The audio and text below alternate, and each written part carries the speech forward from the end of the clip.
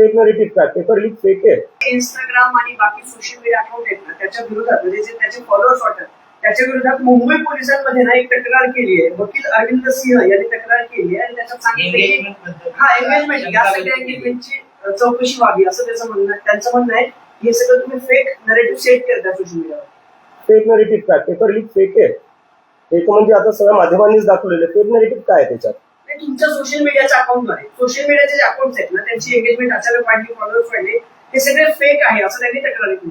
मला असं वाटतं ना की जे काही लोक आहेत सरकारच्या साईडचे असू दे किंवा जी पार्टी सत्तेमध्ये बसली आहे त्यांच्या साईडचे त्यांनी ना मेसेज समजून घ्यावा. Cockroach Janata party is a very big message for the country. हे तुम्ही इग्नोर करून हा मेसेज चालणार नाही. It's a message by the youth of this country that they are fed up of the existing political system. तुम्ही आज याला fake म्हणून म्हणसाल तर you are doing a bigger mistake by ignoring this people. हे जे काही मुलं आहे 19-20 वर्षाचे यांची सगळ्यात मोठी कंप्लेंट हीच आहे की आमच्याबद्दल कोणी बोलत नाही, आमचे मुद्दे कोणी मांडत नाहीये.